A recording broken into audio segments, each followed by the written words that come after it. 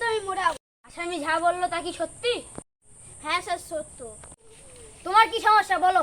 Sir আমার আর এখন কিচ্ছু নেই। আরে হাঁস মুরগি ছাগল সব বেচে দিয়ে টুম্পা বৌদিকে আমি সব পয়সা দিয়ে দিয়েছি। তখন টুম্পা বৌদিকে 500 টাকা দিতাম, তখন টুম্পা বৌদি আমার কাছে আসতো। দিদি 1000 টাকা দিলে আপনাদের কাছে চলে যেত। স্যার টুম্পা বৌদিকে আমার ফিরিয়ে দিয়ে, না ফিরিয়ে দিলে আমি মরে যাবো। ও এসব কি সত্য? স্যার এসব সত্যি। দুজনের বক্তব্য শুনলাম, তো স্বামীর বক্তব্যটাও শোনা যায়। স্যার আমি প্রথমে অনেক কষ্ট করেছি, এখন স্যার কোনো কষ্ট নেই টুম্পাকে বিয়ে করে। স্যার আমি এখন খুব গর্ববোধী। এই গর্ভবতী মানে কি, তুই প্রেগনেন্ট নাকি? স্যার আমার ভুল হয়েছে, আমাকে ক্ষমা করে দিন আর আমাকে আমার বউ ফিরিয়ে দিন। আমি তিনজনের বক্তব্য শুনলাম, টুম্পা বৌদি তোমার বক্তব্য কি বলো? স্যার আমার কোনো ব্যাপার না, আপনি যার কাছে যেতে পারবেন আমি তার কাছে যাবো। আমি যা বলবে তা মেনে নেবে তো? হ্যাঁ স্যার। আমি তিনজনেরই বক্তব্য শুনলাম, তিনজনেরই খুব খারাপ অবস্থা।